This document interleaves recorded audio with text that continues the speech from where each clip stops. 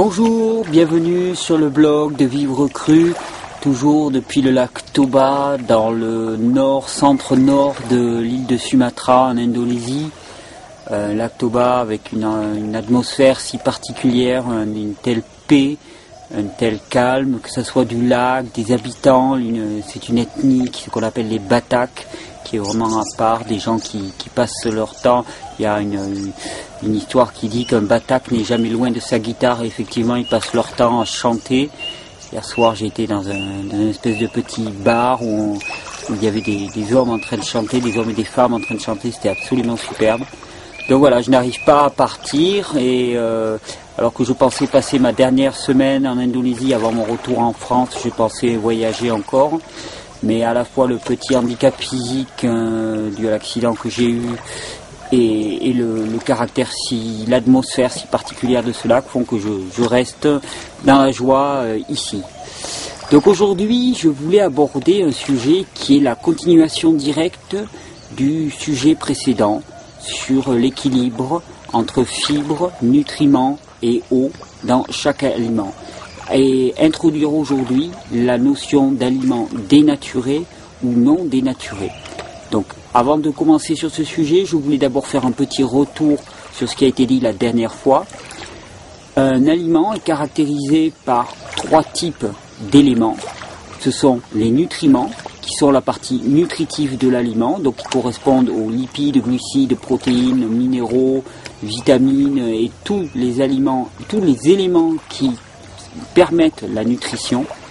Il y avait ensuite une deuxième partie qu'on appelle les fibres, qui sont des matières cellulosiques indigestes, mais dont le rôle est essentiel pour réguler les processus de digestion et les processus d'assimilation des nutriments. Ça régule l'assimilation, ça permet d'équilibrer l'assimilation de manière à ce qu'elle ne soit pas trop rapide ni trop lente.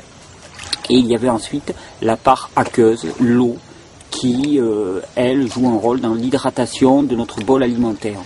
Et chacune de ces 3 parties est essentielle à la bonne assimilation, au bon fonctionnement de nos processus digestifs. L'une n'est pas plus nécessaire que l'autre. On n'a pas besoin que de nutriments, ou que de fibres, ou que d'eau. On a besoin des 3 dans des proportions adaptées.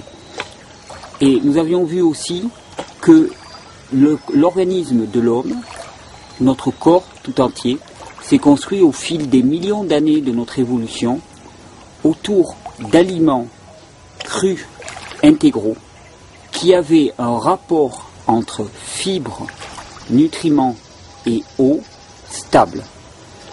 Et à ce point-là, je voulais préciser quelque chose que je n'avais pas encore dit, qui paraît évident, mais qu'il est bon de se rappeler régulièrement, que je me rappelle moi très très régulièrement aussi, j'ai tendance à oublier, c'est que l'état naturel du corps, la condition première du corps est l'état de pleine santé. La pleine santé est l'état par défaut de l'organisme et de l'être humain. Donc, remettre l'organisme dans les conditions de fonctionnement qui sont les siennes pour lesquelles il a été créé, c'est juste lui permettre de revenir à son état par défaut, qui est l'état de pleine santé. À partir de là, on se rend compte que tout aliment dont l'équilibre entre fibres, nutriments et eau a été modifié ne correspond plus au fonctionnement normal du corps humain et dès lors ne peut pas remplir les critères de bonne santé. Et c'est à ce point-là que je voudrais introduire la notion d'aliments dénaturés, car la notion de cru ne suffit pas.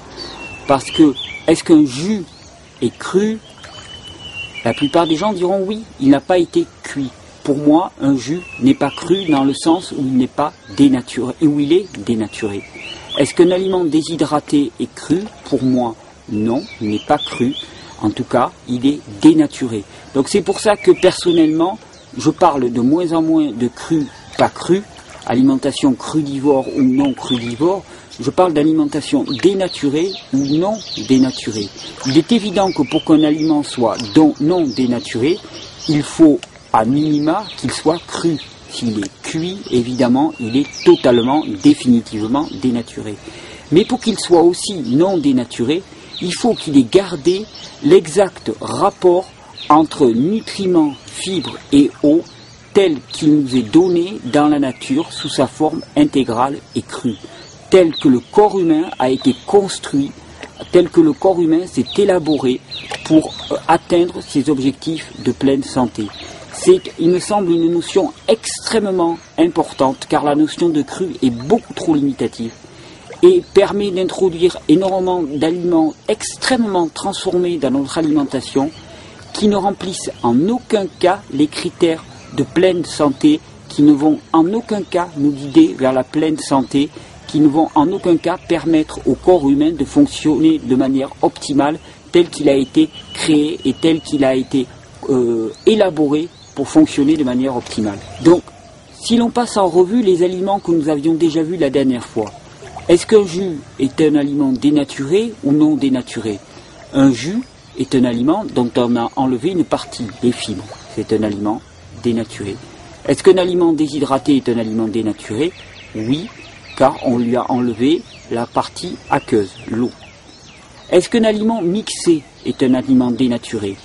Alors, oui et non. J'aurais tendance à dire oui, mais la dénaturation n'est pas à l'égal de la dénaturation que l'on peut avoir dans un jus, par exemple. Alors pourquoi?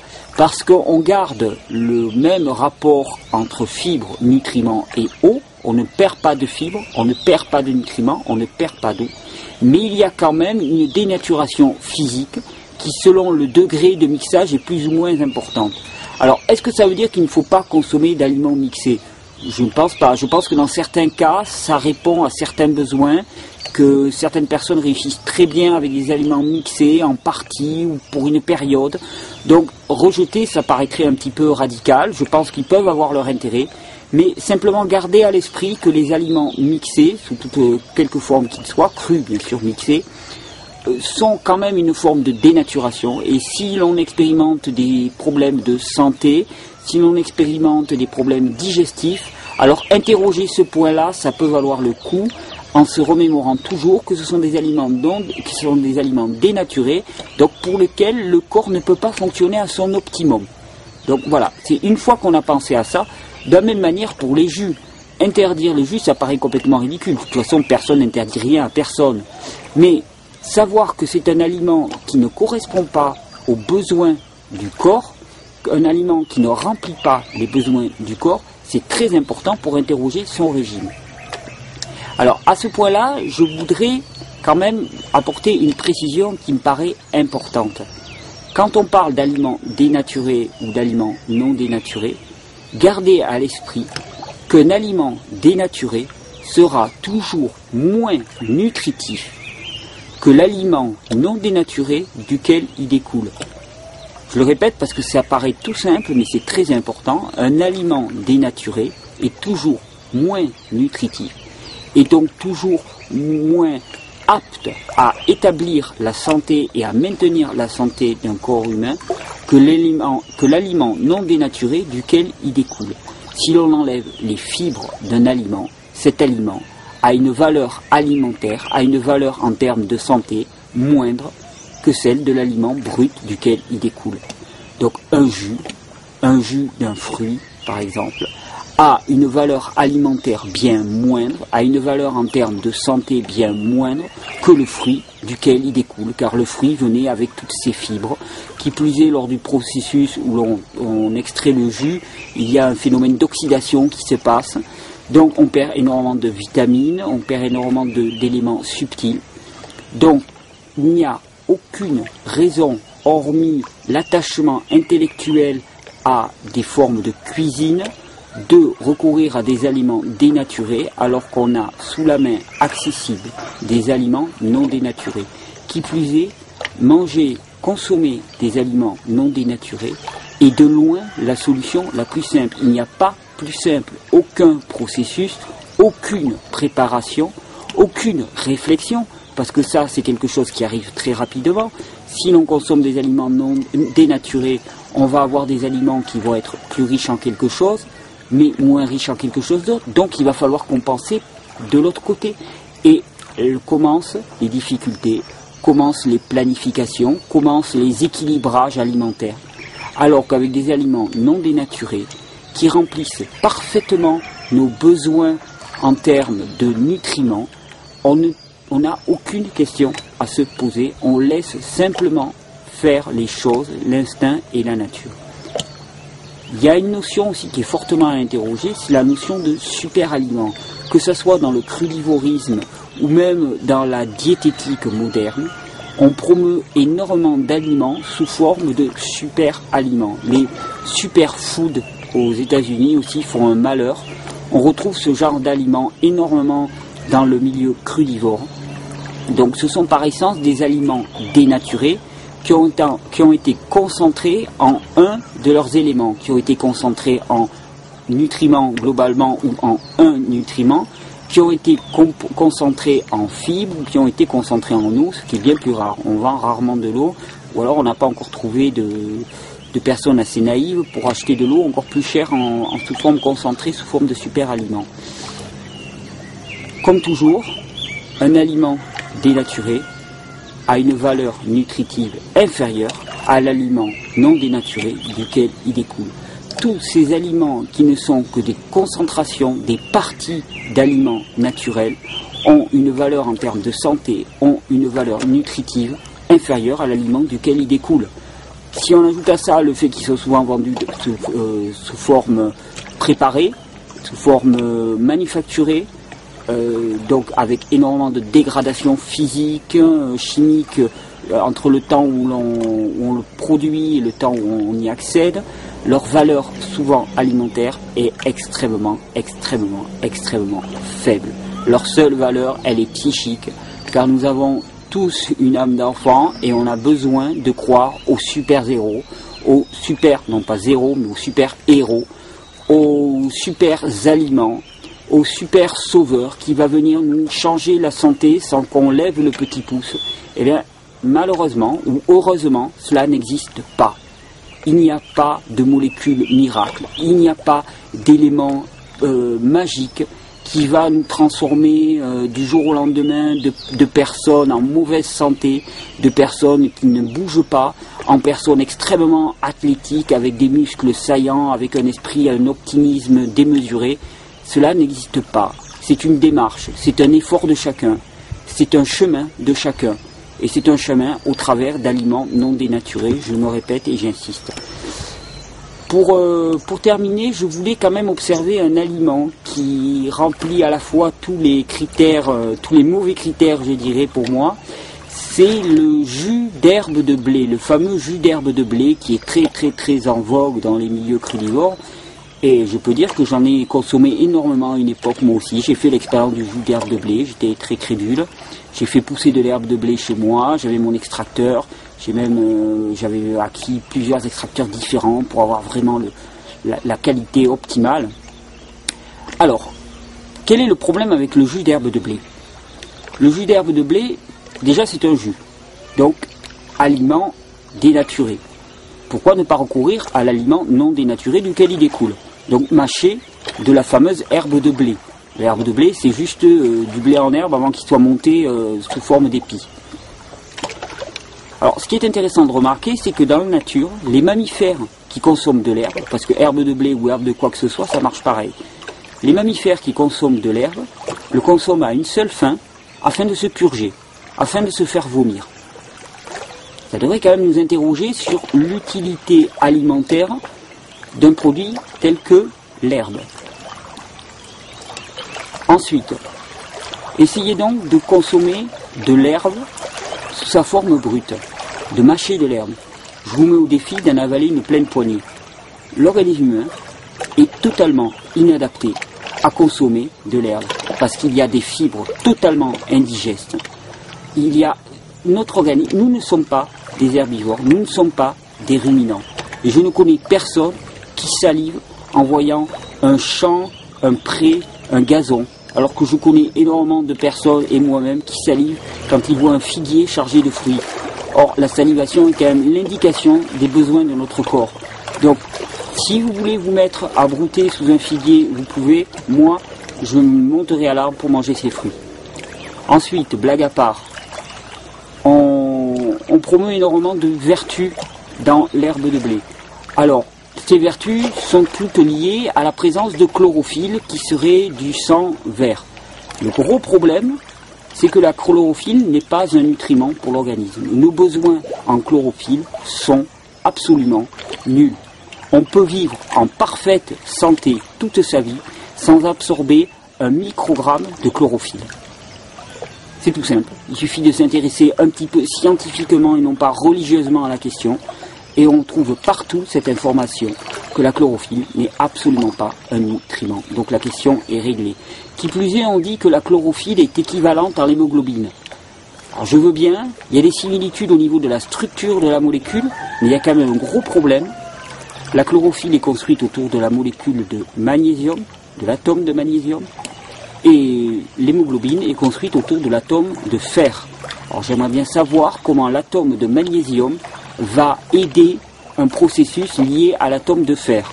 Là, ça reste aussi une grande inconnue pour moi. Si quelqu'un a la réponse, je veux bien la connaître. Ensuite, il est quand même fort remarquable qu'il n'y a aucune étude sérieuse, il n'y a rien qui ne soit pas religieux ou dogmatique autour de l'herbe de blé. On clame, on met en avant des guérisons miraculeuses autour de l'herbe de blé. Il n'y a rien qui le prouve. Il n'y a rien de rationnel et de scientifique qui le prouve. Donc, l'herbe de blé est un aliment totalement vide pour moi, qui ne remplit aucun besoin, puisque nous n'avons aucun besoin en chlorophylle. Que de toute façon, de la chlorophylle, on en consomme d'une manière ou d'une autre en consommant toutes nos salades, mais que de toute façon, nos besoins en chlorophylle sont nuls. Donc la question, elle est tranchée, nous n'en avons pas besoin. Et de toute manière, la chlorophylle est extrêmement éloignée de l'hémoglobine, donc il n'y a aucune raison à ça. Alors, est-ce que c'est une raison pour ne pas en consommer? Je dirais oui, parce que le goût est absolument infect de l'avis de la plupart des gens, ce qui devrait déjà mettre nos sens en alerte. Un produit dont le goût est infect n'est pas approprié à la nutrition. Mais bon, si vous tenez vraiment à boire quelque chose qui a un goût infect, qui a été extrait à l'aide d'un extracteur qui vaut dans les 400 € minimum pour avoir une bonne qualité, après s'être difficilement procuré de l'herbe de blé ou l'avoir fait pousser chez soi alors qu'on pourrait faire pousser des belles salades, ok.